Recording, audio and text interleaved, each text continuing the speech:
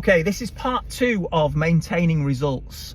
In the first part, we talked about how some people after 2 years, they just stop training and stop the nutrition altogether. Might be 2 years, might be 3 years, might be 18 months. But after roughly 2 years, some people just stop altogether, and it's often due to life events getting in the way. What I want to talk about today is what's the difference between somebody who achieves really good results and then continues to train for 10 years, but they don't quite have the results that they had at the start, and it's usually in terms of body fat. So they get really lean, they get in really good shape, and they continue to train, but they almost go back to how they were when they started. Not quite, but they're nowhere near what they were. The main reason for this is that the novelty wears off. If you've never been really lean with abs, definition, and that is a goal, and you get there, you love it, you think, yeah, it's great. But after a couple of years, it's a case of, do you know what? It's all right, but I would actually prefer to have a little bit more of a liberal lifestyle. I want to drink what I want, eat what I want, do what I want. That, being able to do that, is actually more desirable than being in great shape. Yeah, I like being in great shape, but you know what? It's not all it's cracked up to be once you've achieved it. I suppose an analogy would be maybe like, you've never had a Ferrari, you come into some money, you buy yourself a Ferrari and you think, yeah, this is brilliant, or a Lamborghini, or whatever it is, like a sports car, and after driving it for 12 months, you're kind of like, do you know what? I can't park it anywhere. I'm constantly worried about somebody's going to nick it or scratch it. I can't get over speed bumps. It's a nightmare to maintain. It's really expensive, and yeah, as nice as it looks, it's actually a bit of a pain in the arse. So I'm just going to get something else a little bit more practical. That's kind of the analogy I would use.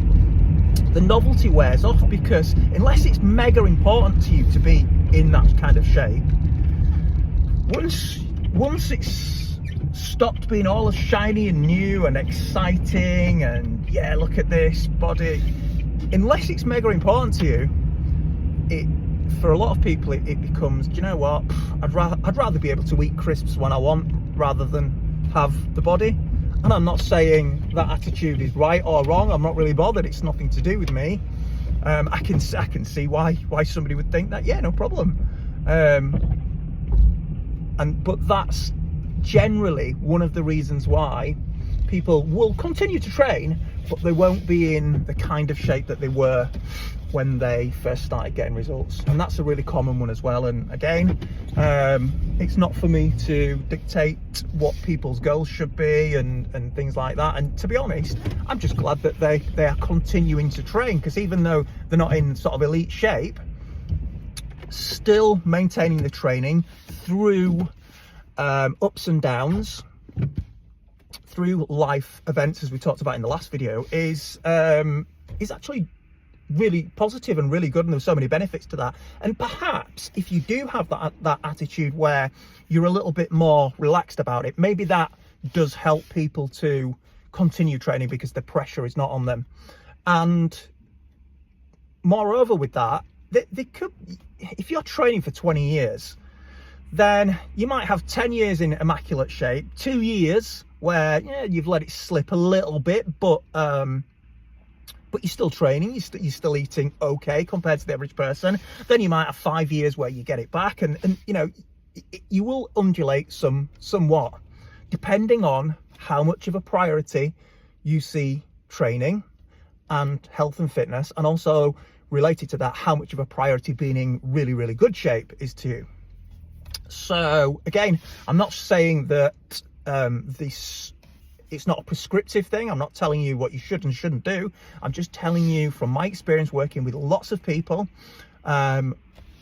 what the difference is between people who train for a long time, not just a couple of years.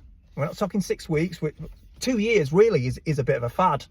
It doesn't have to be a fad, but it can be. Fads don't have to be like 10 weeks or whatever, really, you're still a newbie, you're still learning, it's still all shiny and new and exciting in the first couple of years. If you can get past that, get past these obstacles in life, and maintain training and eating relatively well, that's brilliant. You know, it's very impressive, and it means that you're prioritizing it.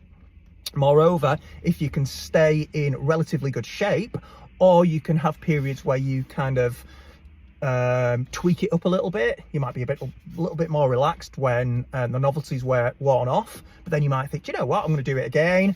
But if you can keep training for all of your life, make it a priority, it can only be beneficial, and that's the attitude and that's the priorities of people who actually do that. So hope that helps.